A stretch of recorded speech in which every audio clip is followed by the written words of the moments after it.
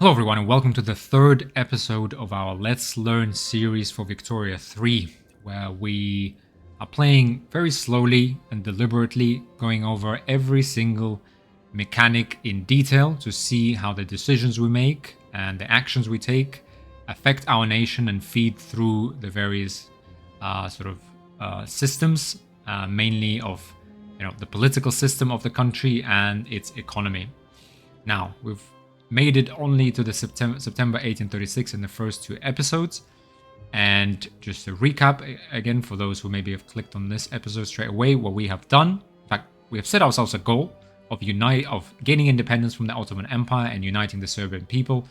To that end, we need to build up our country, industrialize, increase our budget, increase the size of our tax base so that we can actually pay other soldiers that will do the heavy lifting of uniting the Serbian people. We need to build our own arms and artillery and sort of arms industry within Serbia that is reliable and can supply our armies, right? And to that end, we are working towards increasing our population growth so that we have more people to tax and more soldiers to fight.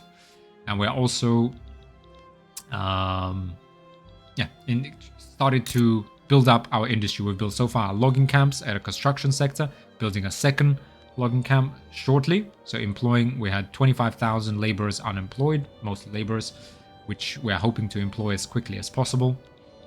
So that's where we are. We're also in the process of enacting charity hospitals, again, to that end of improving healthcare and reducing mortality and improving population growth rate.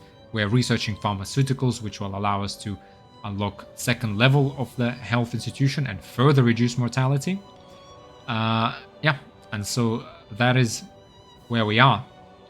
Now, before we begin, let's just have a quick look here. Russia started to annex subject by the play in Ulijuz. Okay, it doesn't really matter for us, but this is important. We have enact poor laws political movement. A new political movement to enact poor laws has formed. Their support is 40. The radicalism is low. What does this mean?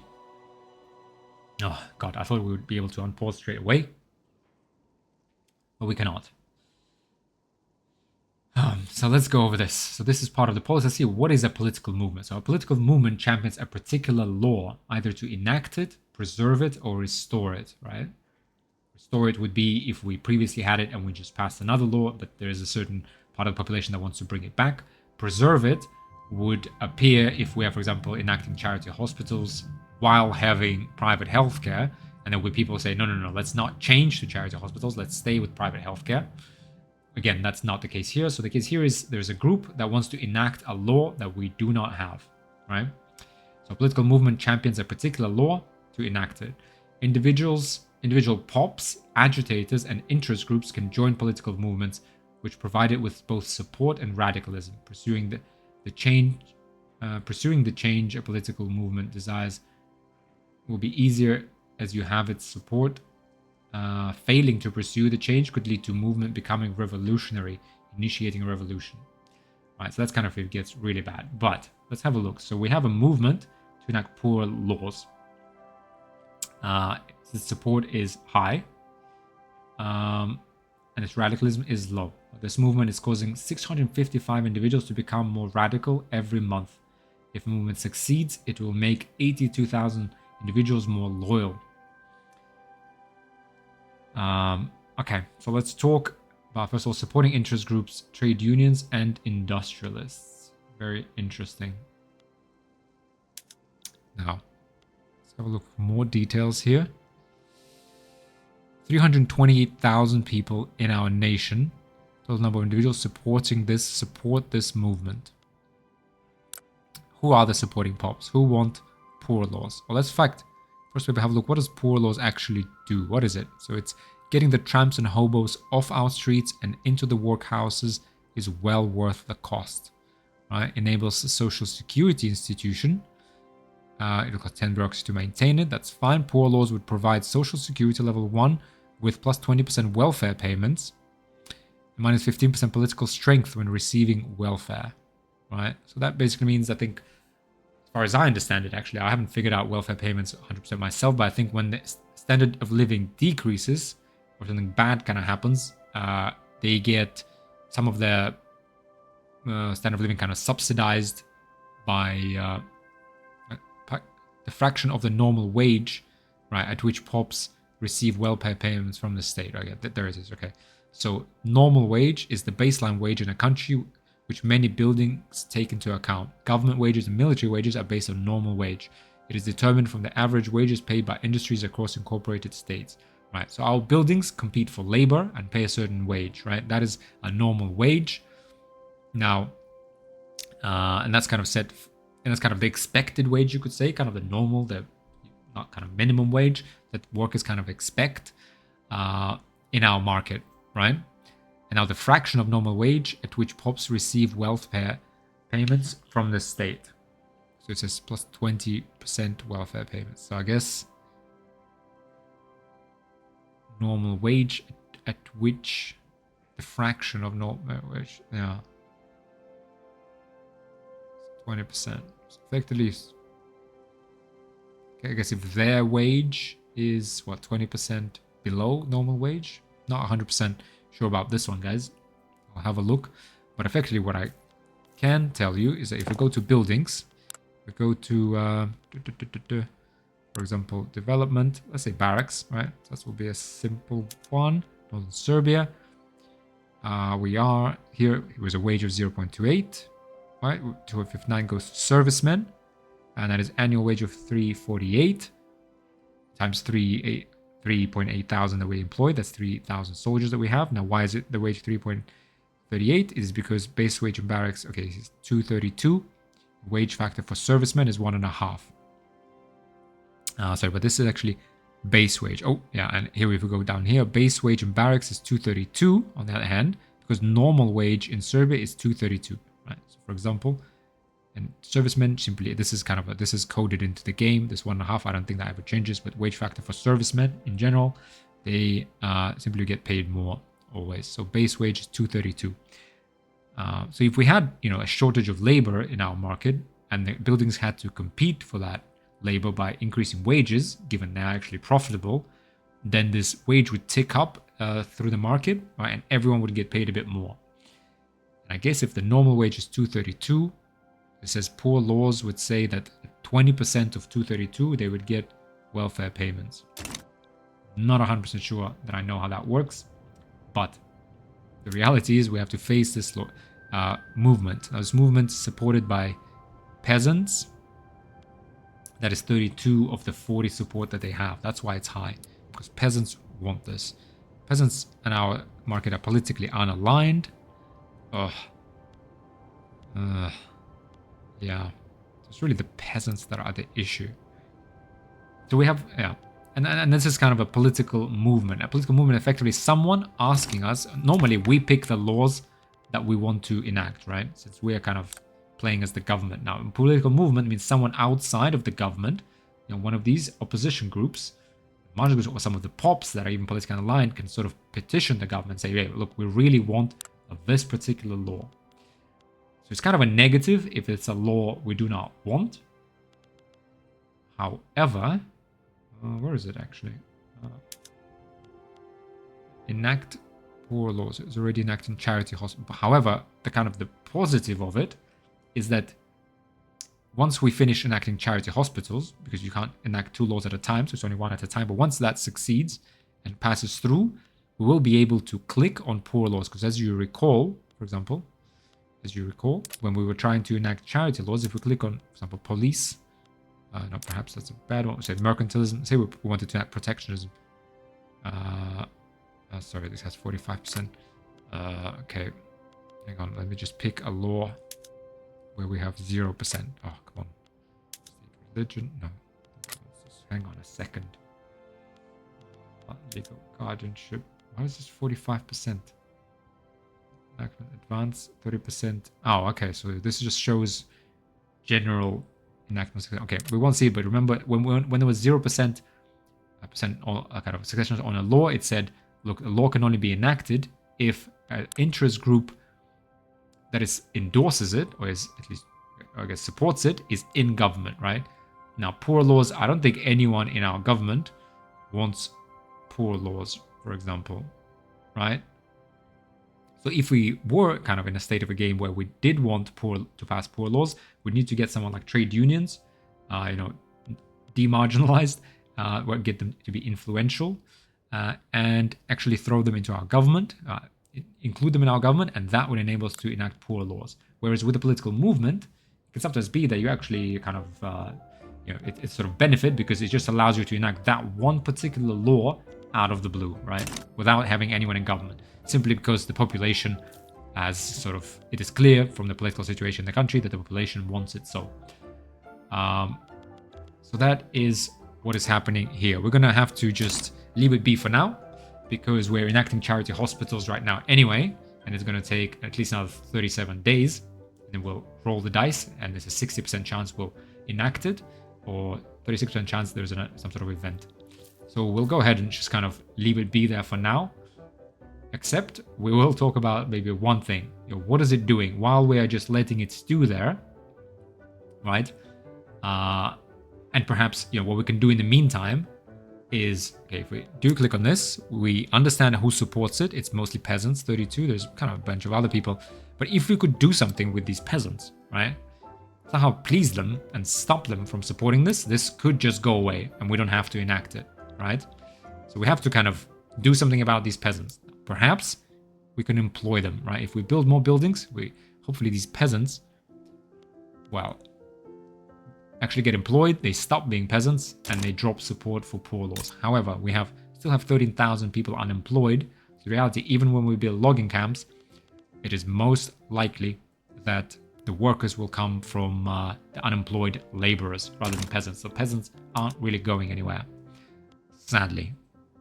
So they're going to keep clamoring for these poor laws. And let's see who they are, actually. Even subsistence farmers found only in subsistence building, where they produce agricultural and simple manufactured products they use mostly for their own needs. They rely on subsistence output for survival and play only a limited role in the market economy. They tend to be politically unaligned.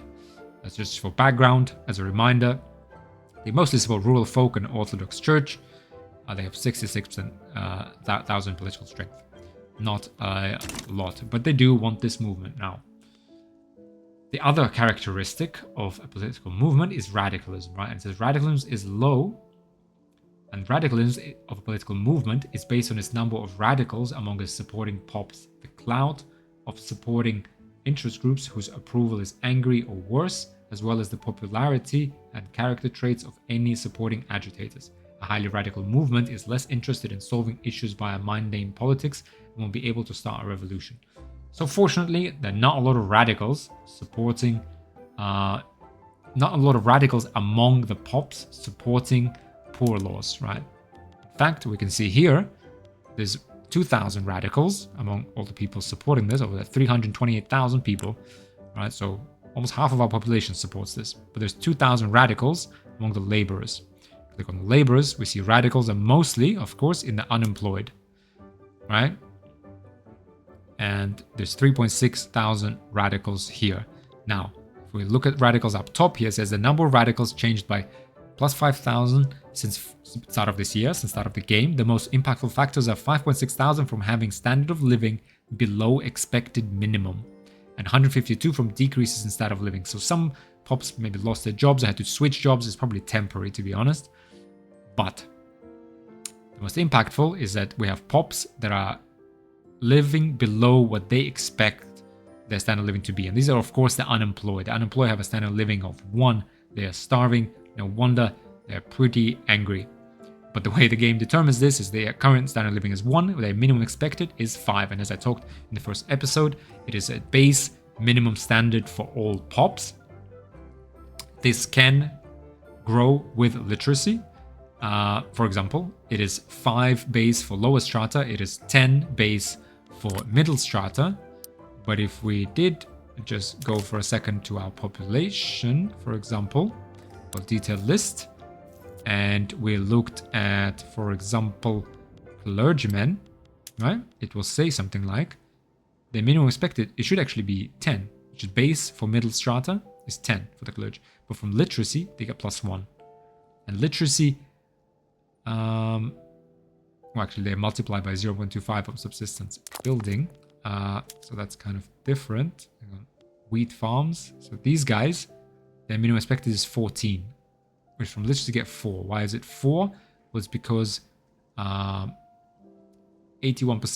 due to literacy. Literacy is 81.6%, and you get 20. Every 20% of literacy brings your expected minimum standard of living up by 1. And with time and with technology, that actually changes to 10% of literacy, brings it up by 1. So for example, at 100% literacy, even a lower strata pop, right now, if we would have a minimum expected living of 10, which is the bottom of middle strata, right?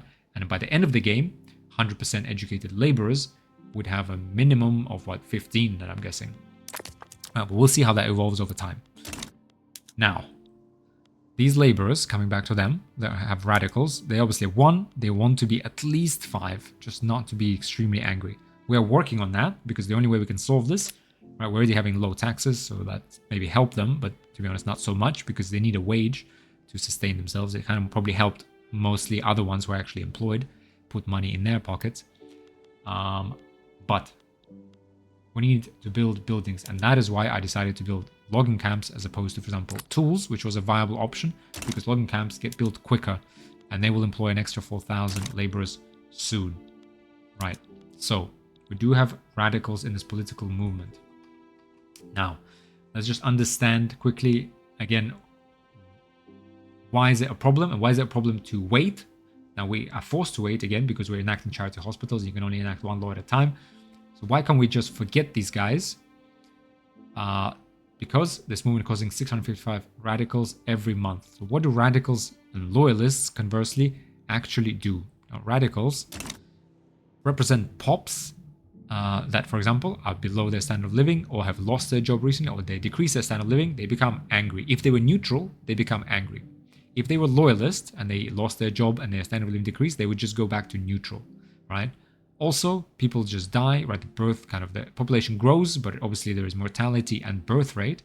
So pops do actually die, and some of the radicals will just die every year a little bit. That has a small effect. Same as loyalists, they will die. So over time, it will actually naturally just decrease. But that is kind of a smaller effect. The reality, right? So people get angry, or people get more loyal from standard of living increases. Now, people get sort of happier at a lesser rate than they get angrier. So when standard of living rises, not as many people become loyalists. Maybe some of it take it for granted, but some of it do become loyalist, as opposed to become radical. And in fact, I think, as I mentioned before, if we click on our nation, go into these modifiers, scroll down, we can actually find some of these quirky modifiers, and I'm looking at them. Where's that here? I believe 33% of pops that have their standard of living increased become loyalists, and 66% of pops that have their standard of living decreased become radical. I don't see it here, perhaps. Okay, perhaps it wasn't here, but I believe that is the split, right? And so, broadly speaking, it has an impact, in fact, on the entire game, where you really need to focus on gradually building up people's standard of living, and never doing anything drastic that's kind of quick and then makes people lose their standard of living because they get really angry. But so what, right? So they get angry, and here we can see the evolution. We already had people getting angry. These are the unemployed guys. They started off as neutral. They start to get really angry because they've been unemployed for 9 months already, right? We're doing everything we can. We can't avoid it. We also had loyalists because we built buildings, right? People got employed, got better jobs, improved their standard of living. Everything is great. However, again, what do they actually do? So if we go to our politics, we go to our government. So every interest group, apart from having pops supported, right, and pops certain wealth, giving it political power, that gives us clout, right? And if they're in government, we can pass laws that they want. But how quickly do we want to pass laws that they want is determined by their clout, right? So remember, when we started passing charity hospitals, we started off with something like 16% success chance. That was because their clout was 16%. Now, another thing that interest groups, kind of another feature they have, is that they have approval, right? Apart from having clout. And approval is down here. So for example, right now, the Orthodox Church is loyal. I don't know why this tool appears all the way here. But the Orthodox Church approval is loyal plus 17. Why is it plus 17? Well, there's two sources of approval or disapproval for each interest group. First source, and it says here, active laws, right? So total approval of plus 5, and it is actually capped at plus 5 or minus 5, is due to the laws that are adopted in our country being congruent, right? Or sort of following the ideologies, i.e. kind of the thinking of this interest group in the way our country should be run, right? For example, Orthodox Church strongly endorse monarchy, and we are a monarchy. They love it. They have a +2 approval. This is regardless of whether they're in government or in opposition, right? If they're marginalized, then it's irrelevant. They just, these bonuses, like, it doesn't really matter if they approve or are angry. That much, like, I don't think it matters at all. So as long as they're in opposition or in government, the approval matters because it will has the potential to activate some bonuses or some malices. So here, Orthodox Church approves of the fact that we have a monarchy. Milutin Yakovich, Orthodox Church, endorses autocracy. So although the Orthodox Church doesn't have it as their ideology, perhaps, right, and that's true of all interest groups, their leader, who can die and who can change or who can retire or be exiled, etc., he adds or overrides some of the ideologies that interest group has. And here we have Milutin Yankovic, the leader of the Orthodox Church. He is an authoritarian, his own ideology, and that means he likes autocracy, gives us 1+1 approval. They also endorse national supremacy, which we have enacted, again +1. Strongly endorse state religion, obviously, +2. Now, for example, Nikolaevich Orthodox Church opposes rights of assembly, right? Actually, what he wants is probably censorship. So that gives us a -1. So overall, however, the Orthodox Church's ideology is very much in line with the way our country is set up right now. So they like us. So their approval is +5. And it is capped at +5 from active laws, right? And it's also capped on the negative side at -5. So the way to change approval is to basically change some laws. Now, when we adopt charity hospital right now, that will give us another +1, right? Because they have pious ideology. This group believes religious principles are paramount moral truths and that they should permeate all of society. Health system, they endorse charity hospitals, which will give us +1 approval. It won't actually change anything right at this second, because again, the approval from laws is capped at +5 or -5. Oh, okay, and if I could maybe make it to this tooltip, thank you, game. Now, the second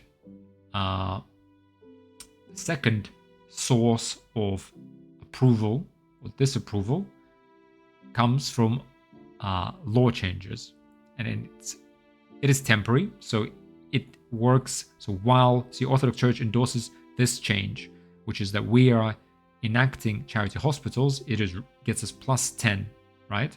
It says after being passed, +10 will decay to +1 over the following 60 months. So over 5 years, this will decay to +1, right? So like I just mentioned, they do like charity hospitals, but they really, in the moment, they're kind of euphoric over the fact that we're even passing this law, right? And when we pass for another 5 years, they'll be really grateful. They'll be really happy that, the country is moving in the right direction. Super happy. Now, they also have other factors here. So there's kind of a second factor that's sort of temporary and it will fade away eventually, right? Now, a third factor, it says other factors, +1 from leader trait tactful. Interesting. So this is again, this guy, right? He's tactful. That means we just get +1 approval. Also +2% interest group attraction. Again, we talked about that before. So that gives us approval. But also, right, coming back to our original topic of loyalists and radicals. Okay, will just let me. Nope, it will not let me. Nope. Oh, come on.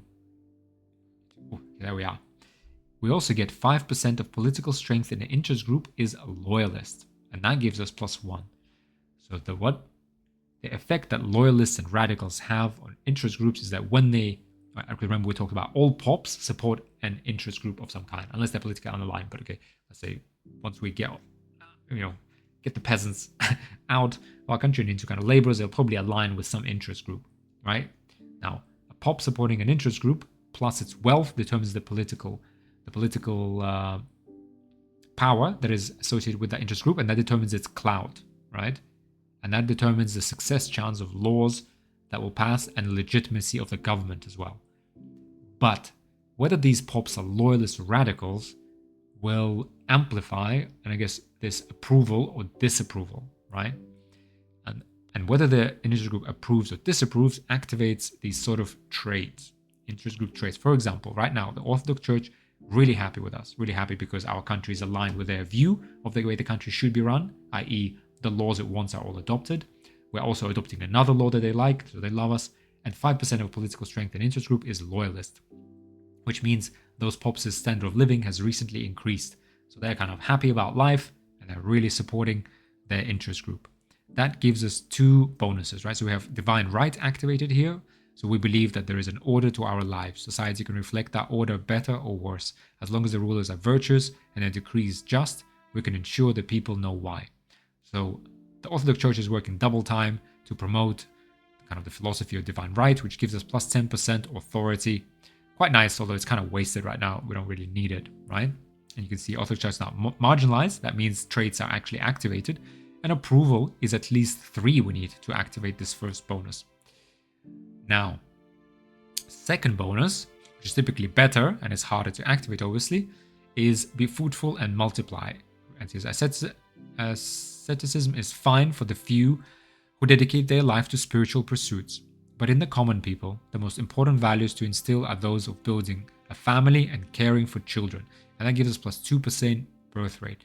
Excellent. Exactly right how many children are born each year. That goes in line with our strategy of increasing our population for all the reasons I already mentioned several times. So that's great. Again, Orthodox Church is not marginalized, means traits are actually activated, and approval is at least 8, and we're currently at 17. And as long as we remain at least 8, this trait will be activated. Now, actually, if you were going from kind of like hot or sort of original stars, for example, let's have a look at from Rule of Folk, and their second benefit will activate at 10, right? And Rule of Folk, and then kind of the first trait will activate at 5, and the second at 10, right? But for Orthodox Church, it's 8, and that is the reason for that is once the trait is activated, you get a little bit of leeway in terms of when it deactivates, right? So it's kind of, if it's on, it won't actually immediately disappear when it's 10 or 9 even. It's actually going to be a bit harder. Like you can lose a bit more sort of approval from a group before it's kind of decides, okay, we're going to deactivate this. And then to activate it back on, we'd need to again raise approval to 10. So it kind of makes it a little bit easier to keep it versus actually getting it in the first place. Now, if we look at our landowners, for example, right? Now, everything seems to be fine here. However, right? In fact, let's have a look, right? So they're happy. They're plus 6. Why is that? Well, because they ran our country, obviously, before the game started. You could say they love all the laws we have. They strongly endorse monarchy. They love autocracy, heredity. They have everything. We have all the laws enacted as they wanted, except the fact that we don't have police. However, that plus 13 is actually capped at plus 5 again. So we don't get that much, right? And then we get 6% of political strength of this interest group is loyalist, so we get plus 1. So we only get plus 6, right? Even though all the laws they want are enacted, that's not going to help. What will help is that pops that are supporting it, they need their standard of living increased, making them loyalist. And if they continue to support landowners will be really happy, right? They'll be and they will kind of work double time. And for example, right now, we already have family ties trait activated, and that means in these changing times, we still know the value of a good marriage. Our connections are older than the borders they surpass and will outlast both alliances and governments. That gives us plus 20% influence, completely almost useless, you could say. I mean, we're spending all of our influence to increase relations with Austria, Russia, and Wallachia. We don't really need Wallachia, I guess, that much, but fine. Now, also, in fact, you will see that since this interest group is powerful, their interest group traits have a plus 100% strong effect.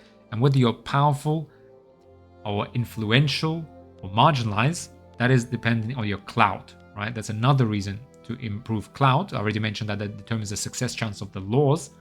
But if you're marginalized, that means your clout is less than 5%. That means your trades don't activate at all, right?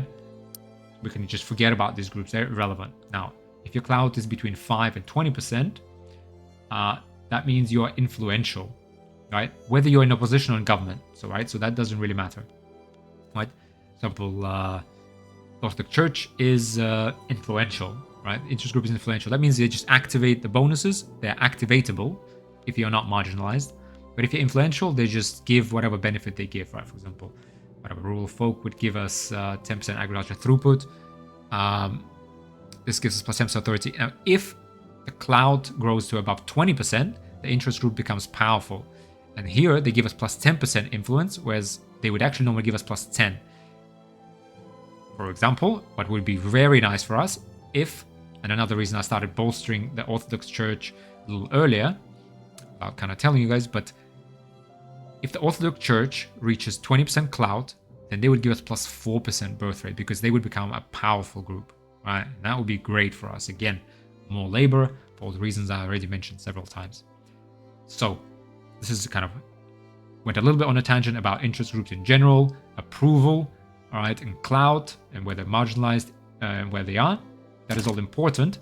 But we started off with explaining, okay, loyalists and radicals. This is why, again, it's important to improve your economy, get more loyalists, but you also want to improve your economy in a certain way that the pops that become more loyalists support the interest groups that you want. So they activate those bonuses and generally don't start any movements or any nonsense like that. Now, we are, again, finally ready to unpause.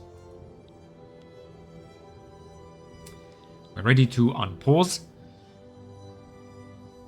with one caveat. Let's go ahead and construction. We have 3 weeks left for our logging camps to be constructed. I'm going to go ahead and just queue up a tools workshop.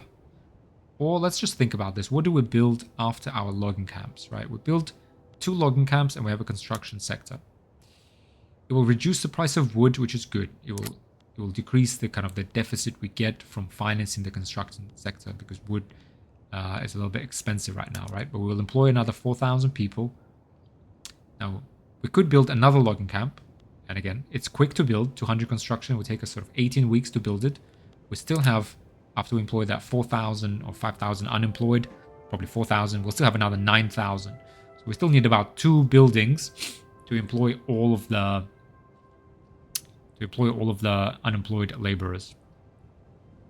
We could build another logging camps, but that would decrease the price of wood a little too much. So we don't want that. But what are our other options? We could build wheat farms, but wheat is already pretty cheap. So we don't really want that. We want livestock ranches, but things are pretty cheap here. Vineyards, it's already pretty cheap. Another construction sector, yes, it would be very quick to build. It would employ 5,000 people. It would, again, put, demand. We could, it would increase demand for wood and fabric, increasing their price, therefore increasing profits of livestock ranches, making people better off here.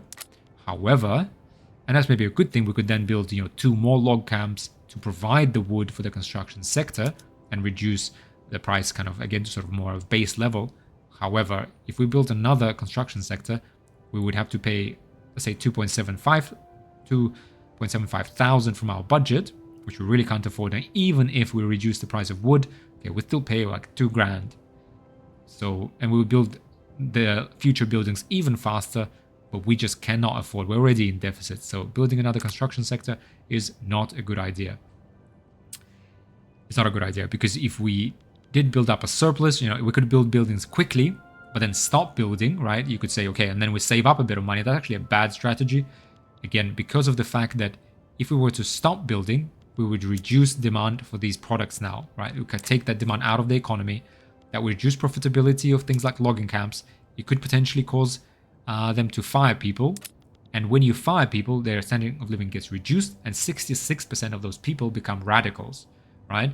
More so, right? And you remember, only 33% or become loyalists on the upside. That can get modified, but basically that kind of means you don't want to annoy people because they become radical much faster, and you don't want radicals. So we don't want to have a construction sector that we kind of turn on and off, on and off, on and off, right? That we don't want that.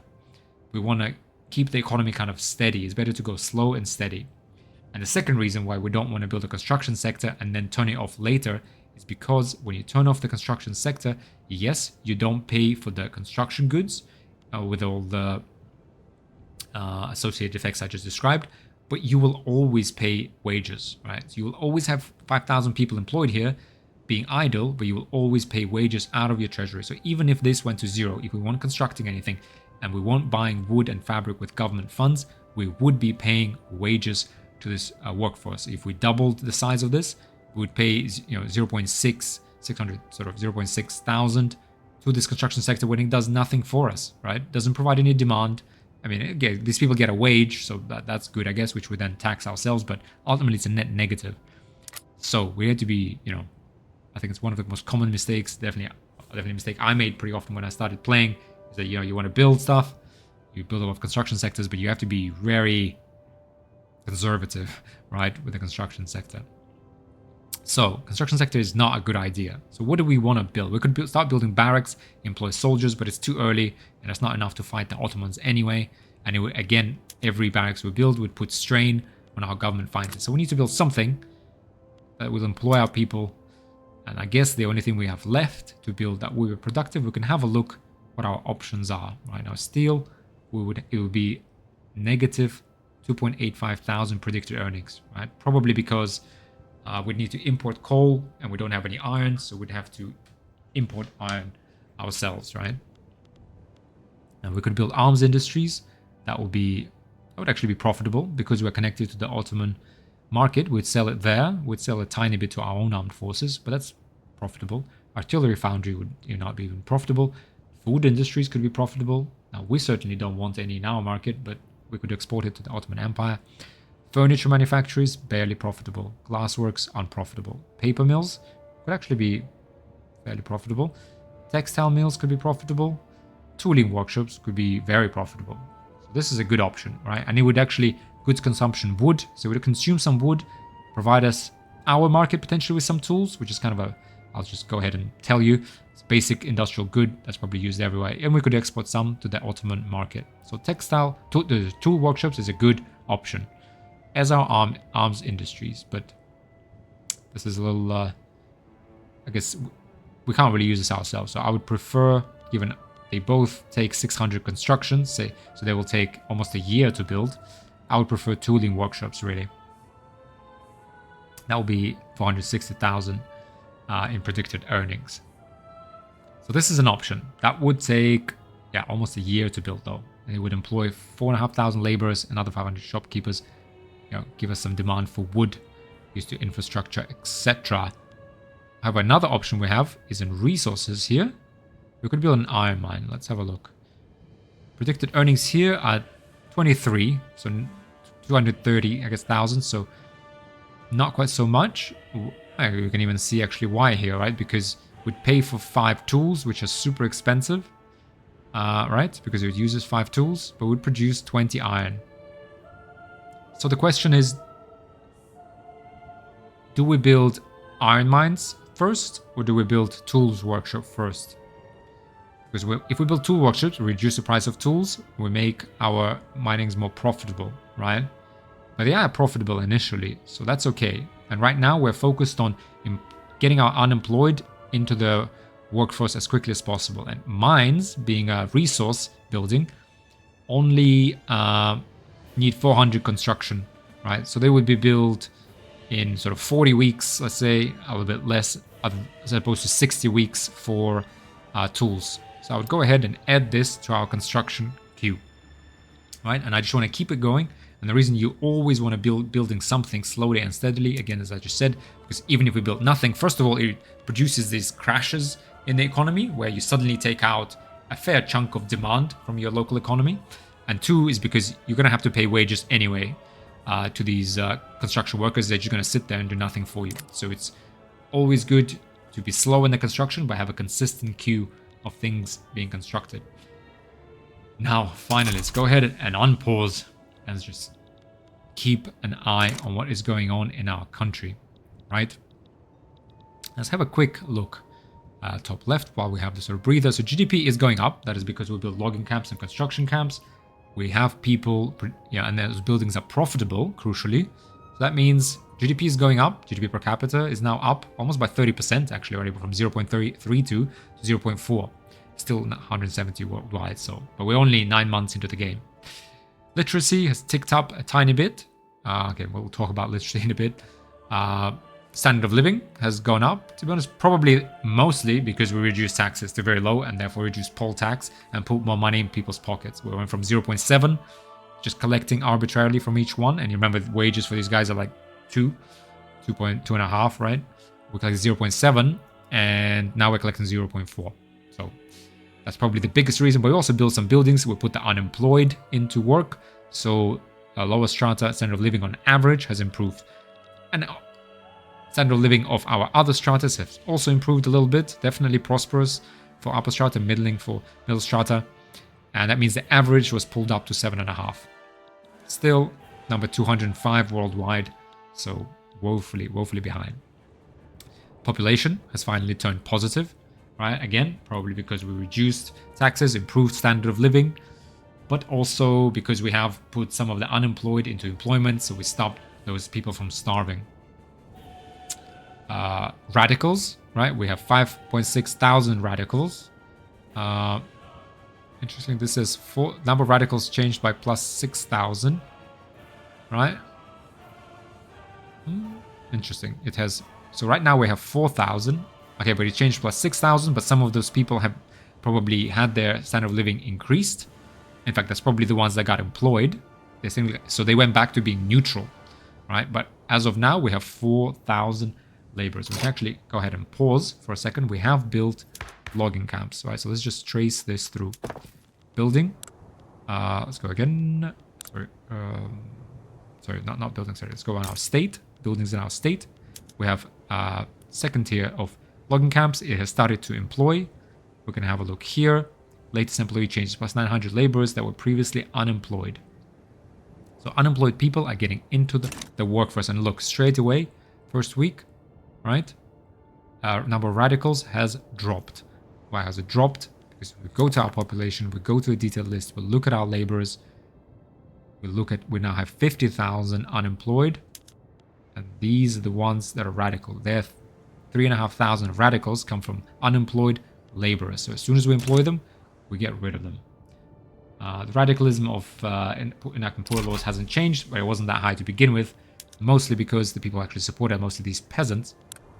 Right, these guys aren't having like a huge effect, really. There aren't that many of them, so we're fine. But it is dropping as we're employing people, so that's good. Now loyalists seem to also be dropping, unfortunately. Why are they dropping? Why are the loyalists, for example, dropping? I wonder. I don't know. There will always be a time decline because, you know, like I said, there's mortality simulated in the game, so people are dying off, and some people that die every year used to be loyalists, and so, you know, new pops, their loyalty needs to be gained again, because even if you're born into a standard of living of 10, you're just going to be neutral. You'll only become loyalist when your standard of living goes up to 11. So here we are, the time keeps ticking. Okay, the law should be enacted, but as we wait, or as we ignore this political movement, right, we get plus 600 radicals from unfulfilled political movement, which is, you know, not very little, right? And every time these radicals, right, they've obviously split radicals by interest group, right? For example, we have Orthodox Church. They're like taking away approval from Orthodox Church, right? 3,500 actually political aligned, so it doesn't really matter. So we actually can kind of safely ignore this because even though we built up radicals as we ignore this movement, it doesn't flow into any of the interest groups, because it's mostly peasants that support these poor laws. Therefore, it's mostly peasants that get radicalized, and they don't even know what interest groups are, probably, so they don't know where to direct their anger, so it doesn't really matter. But we do have 10 Orthodox Church radicals. For example, we can even find them, right? We can go to population, go detailed list, look at our clergy, probably, is it? Sorry. In fact, it might not necessarily even be clergy. No, sorry, there's 0 radicals among clergy, but let's find So we have bureaucrats. 47 bureaucrats are radical. See? These are the other ones. And some of them support the Orthodox Church. Now, why are they radical? Yep, they are radical.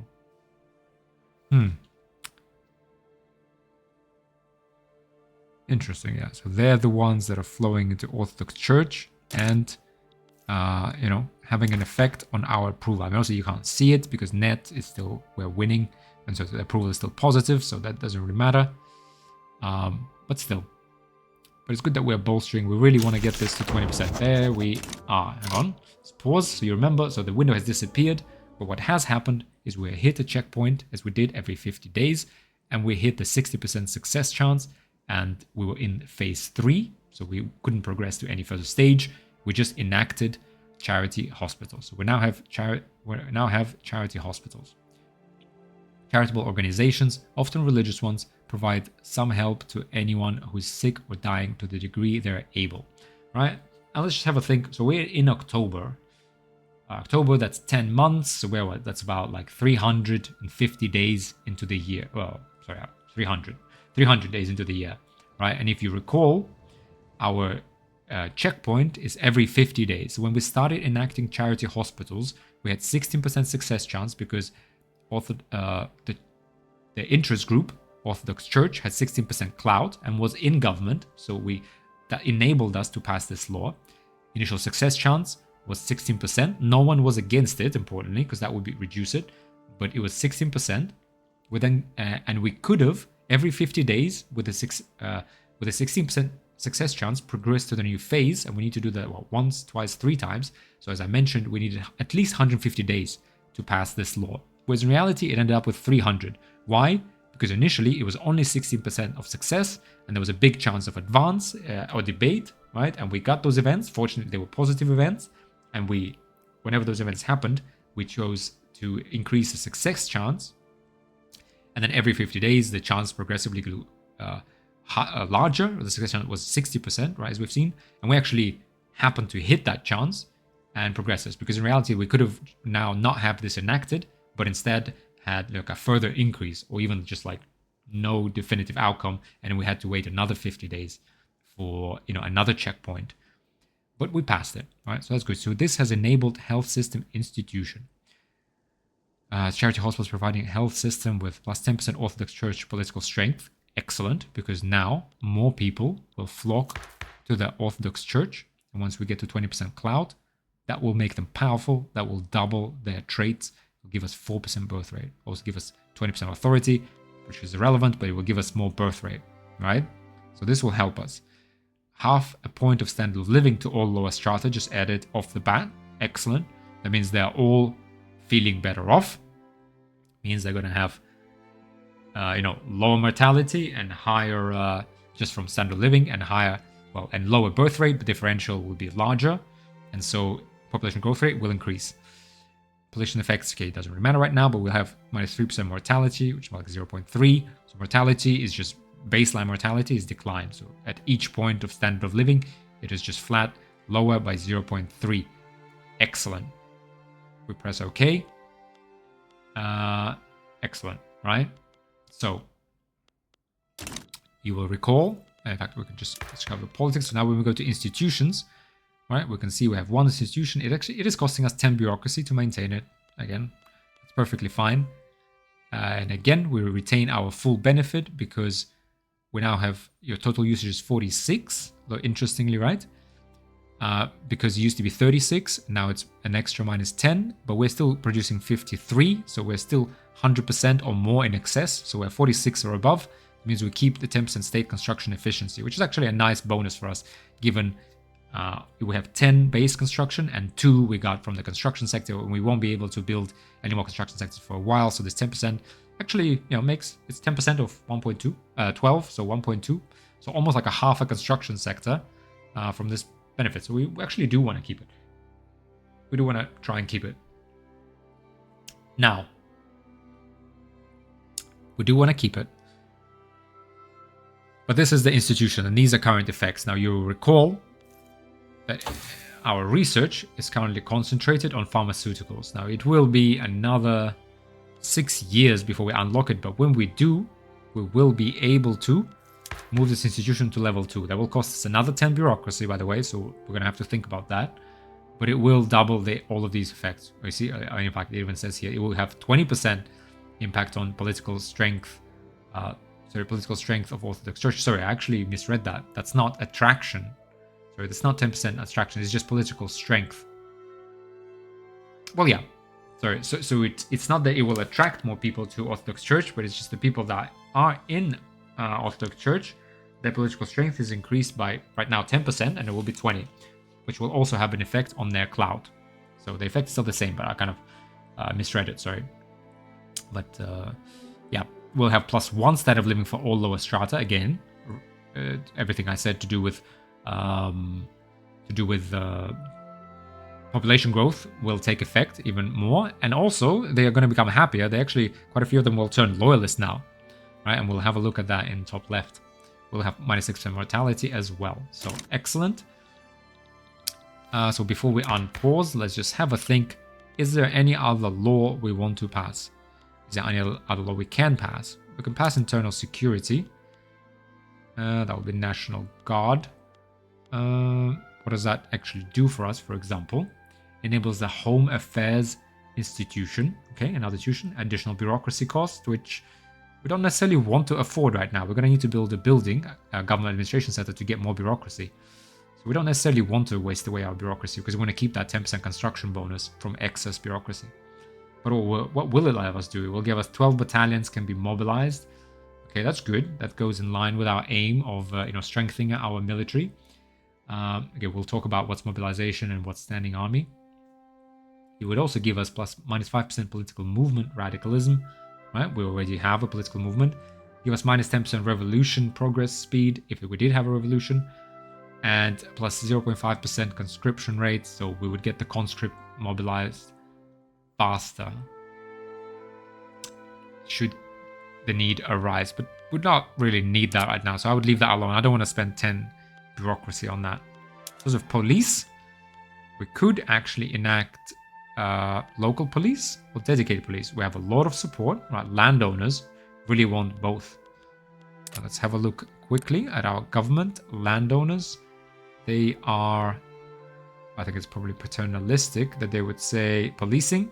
They endorse local police, and they're neutral towards dedicated police, right? But the landowners, again, they want more power for themselves. Obviously, local police would put more power in their hands where they know everybody, as opposed to a centralized, right, sort of institution that sits in the capital, is directed from the capital. So obviously they want local police, but they don't mind dedicated police. And so we'll start with 46% success chance because the clout of landowners is 46, right? Everything we talked about before. Now, actually, in our population, 62% support it, except armed forces with 44% clout and petite bourgeoisie with 2.3, and marginalized there. Armed forces are in opposition and petite bourgeoisie is marginalized. So they won't actually actively help us pass this law, although they do support it. So this is just FYI. We do also have interest groups that oppose it, rural folk and intelligentsia. In fact, rural folk will actually, they are influential, so they're not marginalized, they're 5.8%. They will actually radicalize. And you see, again, that as we talked about with Orthodox Church, for the temporary effect of while we were passing the law, right, there was a big increase in approval. Similarly, while we're passing the law, and for 10 years, or sorry, for 5 years after passing the law, the interest groups that opposed it, they get a pretty big penalty to approval. So they will get angry with us. When they get angry, each interest group can also provide one malice. So, but the local police, what would it give us? We have to spend 10 bureaucracy, which we don't really want to do. It would give 10% power to 10% political strength for landowners on top of everything, and give us -20% state penalties from turmoil. And turmoil appears when there are a lot of radicals, right? States and cultures with turmoil contain radicals that are unhappy with their current circumstances. The amount of turmoil is equal to the fraction of the states or cultures' workforce that are radical, right? So, I mean, it only appears when there are a lot of radicals. Not an issue right now. All right, so this is not really worth passing. Even though we can, and we have like a bit of support. We also probably don't want to give any more political strength to landowners. We'll see why a little bit later. But dedicated police, for example, will give us +2 max law enforcement institution investment. Cool. So if we did go to my level 2, we'd spend 20 bureaucracy. Again, not something we already have. But dedicated police force would provide law enforcement with the following effects, that institution, right? Minus 15% state penalties from turmoil. Again, we're not likely to have turmoil very soon. But it will also give us minus 5% radicals from standard of living decreases. So as I mentioned, I think is 66%. I will try to find it next time. There's definitely somewhere there's a tooltip that actually tells you. In fact, I think I may have remembered where it was. If we go to the overview of the government and we see what's happening here, for example, we'll see. Okay, 7. Okay, they're unaligned. Have a look here. Living. Where are these radicals? Okay, don't recall what that tooltip is, but I think it's 66%. 66% of those who had their standard of living decrease, they get radicals. So people respond to that pretty quickly. This would decrease that by 5%. Right, so it would be 61%. So if we do have standard of living decreases, dedicated police force would prevent these guys from turning radical. So they would be angry, but they would just grumble. But they would remain neutral. Now, we're hoping we're going to go in the opposite direction, so we don't really need a dedicated police force right now anyway.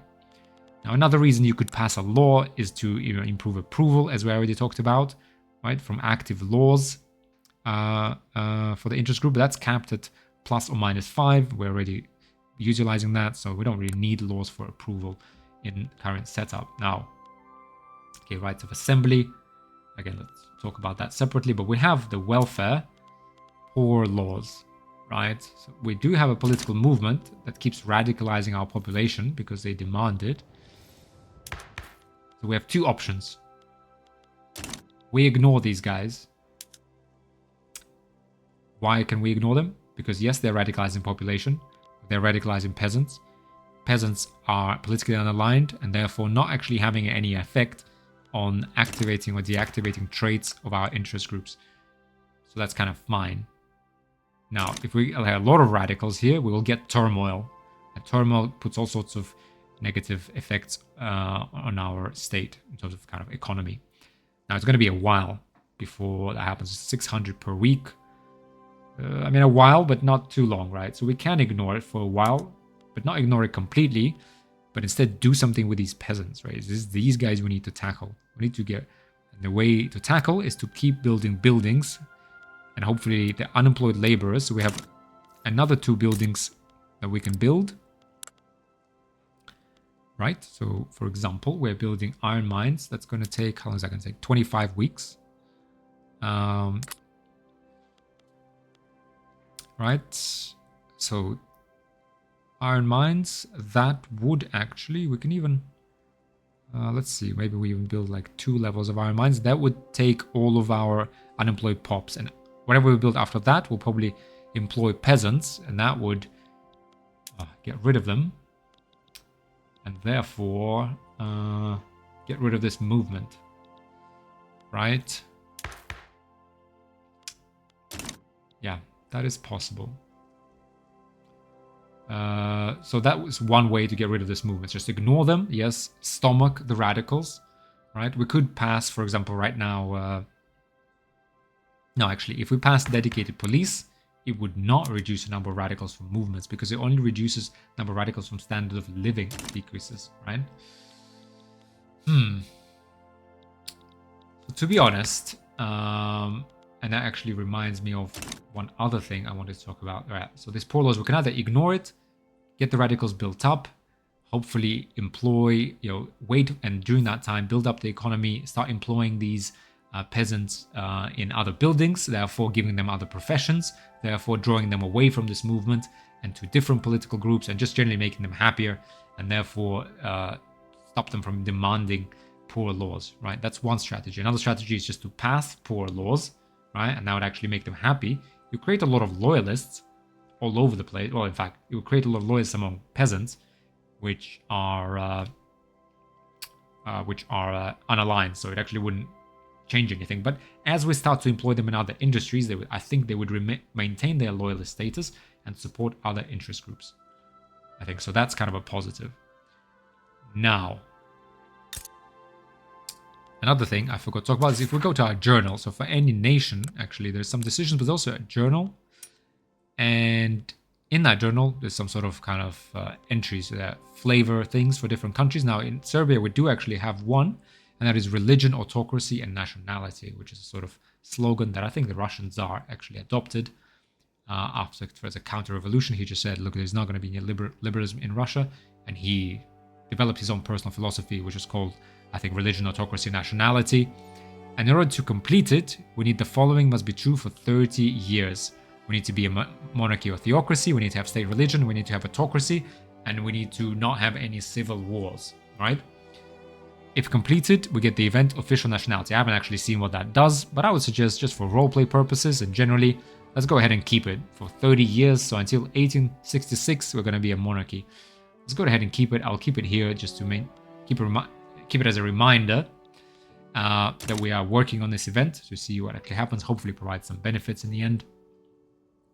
But the reason I think it's relevant while we're thinking about poor laws is that another reason we don't want radicals built up is because we don't want any revolution, because we don't want to lose this entry. So to that end, why don't we go to laws, and when we deal with this movement by enacting it. However, landowners oppose this change. Oh, yeah, so that's, I guess, one consideration is that, okay, let's enact it, right? Let's say we enact it. 41% chance to progress. We'll enact it pretty quickly. What do we get? 20% welfare payments, minus 50% political strength when receiving welfare. So it's kind of good that peasants, we will support the standard of living when standard of living falls, I guess. In fact, I'm not 100% sure how welfare payments work, but I would think it would help us maintain a certain standard of living and without any sharp ups and downs, or downs mostly. That would mean we keep our population growth rate, which is our strategy, right? That's what we want to do. So that's okay. We're probably on an upward trajectory in GDP, so we shouldn't really have that many welfare payments to make. Also, we're probably a king that cares about our little peasants. If that's what they want, I actually don't mind passing it, right? We can always get rid of it later, maybe, although it will piss people off, but I don't think it won't cost anything out of our budget, I think. So it's not a bad idea to pass it. It's getting the tramps and hobos off our streets and into the warehouse is well worth the cost. Sure. Now, one interest group even supports this now. However, what is not so good is that landowners oppose this change, and it will give us -5. So we bring their approval from 6 to 1. That means we will lose family ties plus 20% influence. That means we're going to have to stop improving relations with someone. I suppose it will be Wallachia. Right? So I suggest we do that, yeah. I guess that's less important than accumulating these radicals, right? And we get more loyalists. So let's respond to the demand of the poor peasants, right? We have religion, autocracy, nationality. They're Serb peasants, loyal Serb peasants that know their place in life. They haven't complained about anything else. So let's go ahead, go improve relations, and let's have a think. How much would we even have? So we have, just thinking, if we start improving relations with Wallachia, it gives us 240. And we go ahead, we go to laws, we go poor laws, and we will go and enact them. Yes, it will annoy the landowners. We do have 41% success chance here. Where does that come from? That comes from the support from the political movement. So interestingly, I'm going to go ahead and unpause finally just to keep the clock ticking.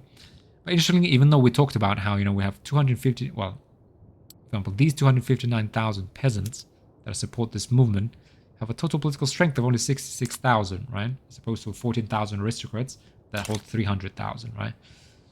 But they are able to band together here and enact, at least one law, right? That's fine. Let's go ahead and try and pass it.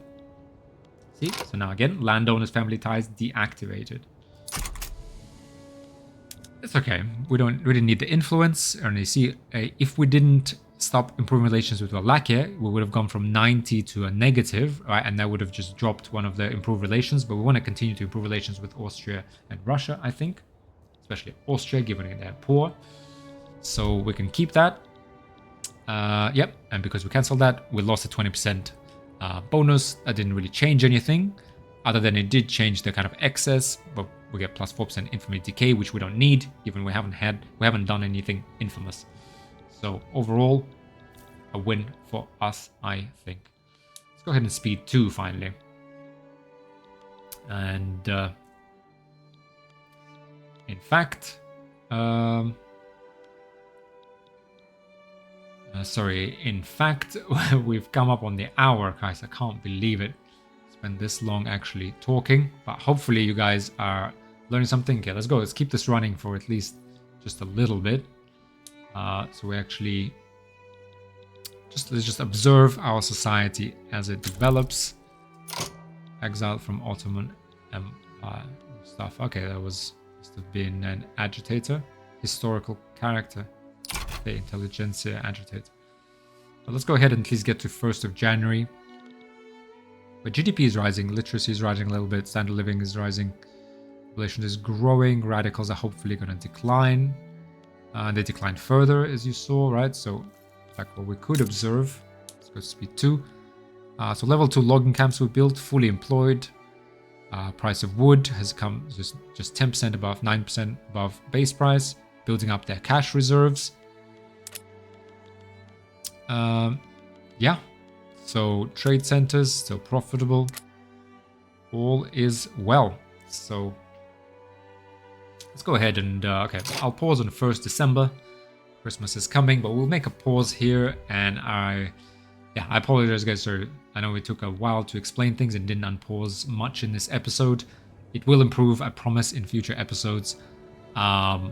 But hopefully you learned something, right? And as I promised, this is a Let's Learn series, so we're going over every mechanic and just patiently waiting to feed through the game. And I think Serbia is a perfect place to do this, just to really get good grasp of the fundamentals of Victoria 3 and how they feed through the whole game to the economy and political system. So I hope you're enjoying it. If you are, maybe give it a like. I know it's the 3rd episode already, but still. Give it a like, it will help spread the series and hopefully other people learn the game and get into the game. But otherwise, thank you all very much for watching. Again, hope you're enjoying it, and I really hope to see you in episode 4. But bye for now. Thank you.